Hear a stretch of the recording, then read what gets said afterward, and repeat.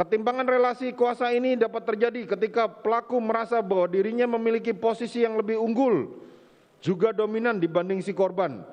Dari pengertian di atas maka disebutkan orang yang memiliki posisi lebih unggul juga dominan dalam hal ini adalah Putri Chandrawati, dikarenakan Putri merupakan istri dari terdakwa yang menjabat sebagai Kadif Propam, dan latar belakang pendidikan Putri adalah seorang dokter gigi, sementara korban Nofriansah yang hanya lulusan SLTA dan seorang ajudan dengan pangkat brigadir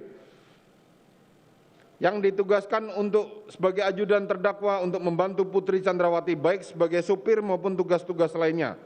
Sehingga dengan adanya ketergantungan relasi kuasa dimaksud sangat kecil kemungkinannya kalau korban melakukan pelecehan seksual atau kekerasan seksual terhadap Putri Chandrawati. Tidak adanya fakta yang mendukung Putri Chandrawati mengalami gangguan stres pasca trauma, post traumatic stress disorder, akibat pelecehan seksual atau perkosaan. Pelecehan seksual dan perkosaan terjadi biasanya dikaitkan dengan relasi kuasa.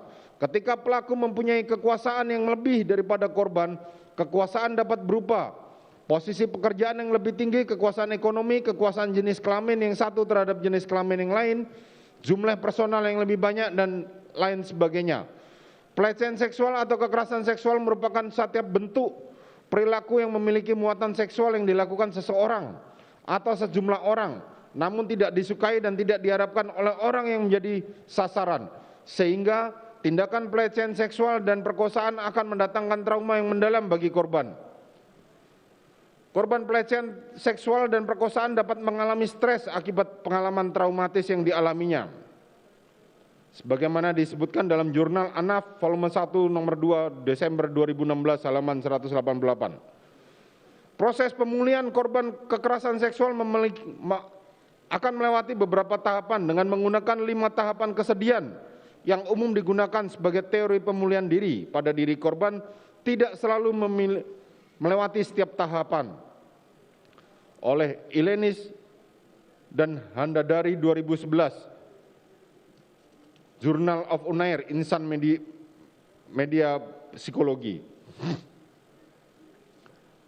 Bahwa 5 tahapan itu yakni 1. Denial atau penangkalan merupakan fase di mana korban menyangkal bahwa mengalami tindak kekerasan seksual telah terjadi kepada dirinya. Hal ini merupakan reaksi utama dari penyakit yang tidak tertolong lagi.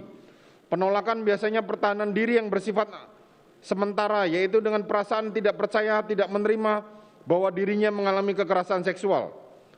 2. Anger atau kemarahan merupakan fase saat korban mengalami tindak kekerasan seksual menyadari bahwa penolakan yang tidak dapat dipertahankan lagi.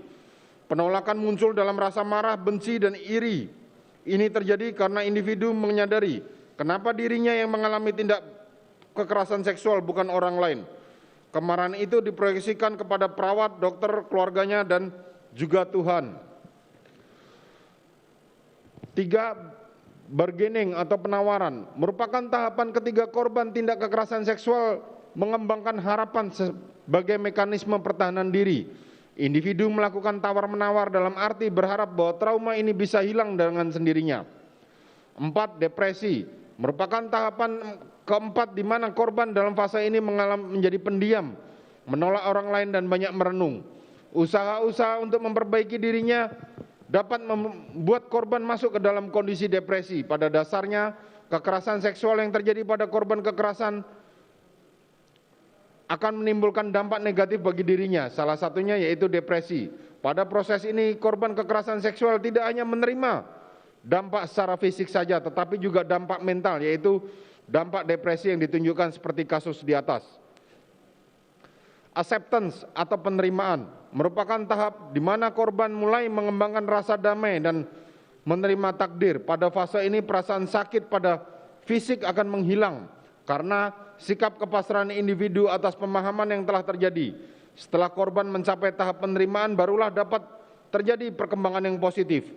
Tahap penerimaan ini terjadi apabila korban kekerasan seksual sudah dapat mengendalikan dirinya sendiri, menjalankan aktivitas sehari-hari seperti biasanya tanpa adanya rasa tidak nyaman dan sudah menerima kejadian yang pernah dialaminya.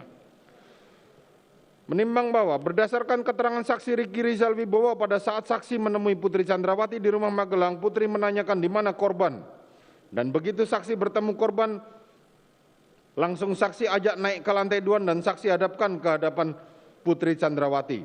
Kemudian korban Yosua Huta Barat langsung masuk duduk di bawah situ melihat jika ibu tidur bersandar. Kemudian saksi tidak ada perintah untuk duduk sehingga saksi hanya berdiri di depan, kemudian saksi standby di situ.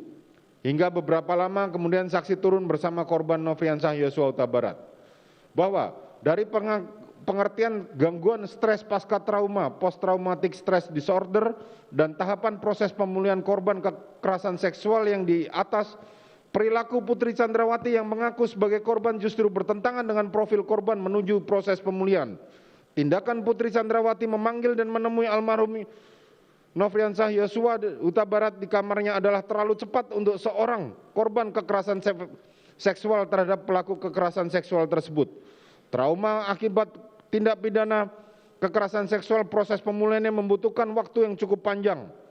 Tidak bisa sekejap mata, bahkan tidak jarang ada korban yang menyerah sehingga mengakibatkan korban mengakhiri hidupnya. Sehingga sangat tidak masuk akal dalih korban kekerasan seksual yang disampaikan oleh Putri Chandrawati tersebut. 3. Berdasarkan keterangan ahli Aji Febrianto Arosyed yang berpendapat bahwa pada pokoknya pada saat pemeriksaan poligraf Putri Chandrawati menyampaikan berkenan diperiksa dan ahli menyodorkan surat persetujuan. Kemudian Putri Chandrawati menyetujui surat persetujuan tersebut dan setelah dilakukan pemeriksaan diperoleh hasil minus 25, terindikasi minus, terindikasi berbohong terhadap pertanyaan yang diajukan kepadanya.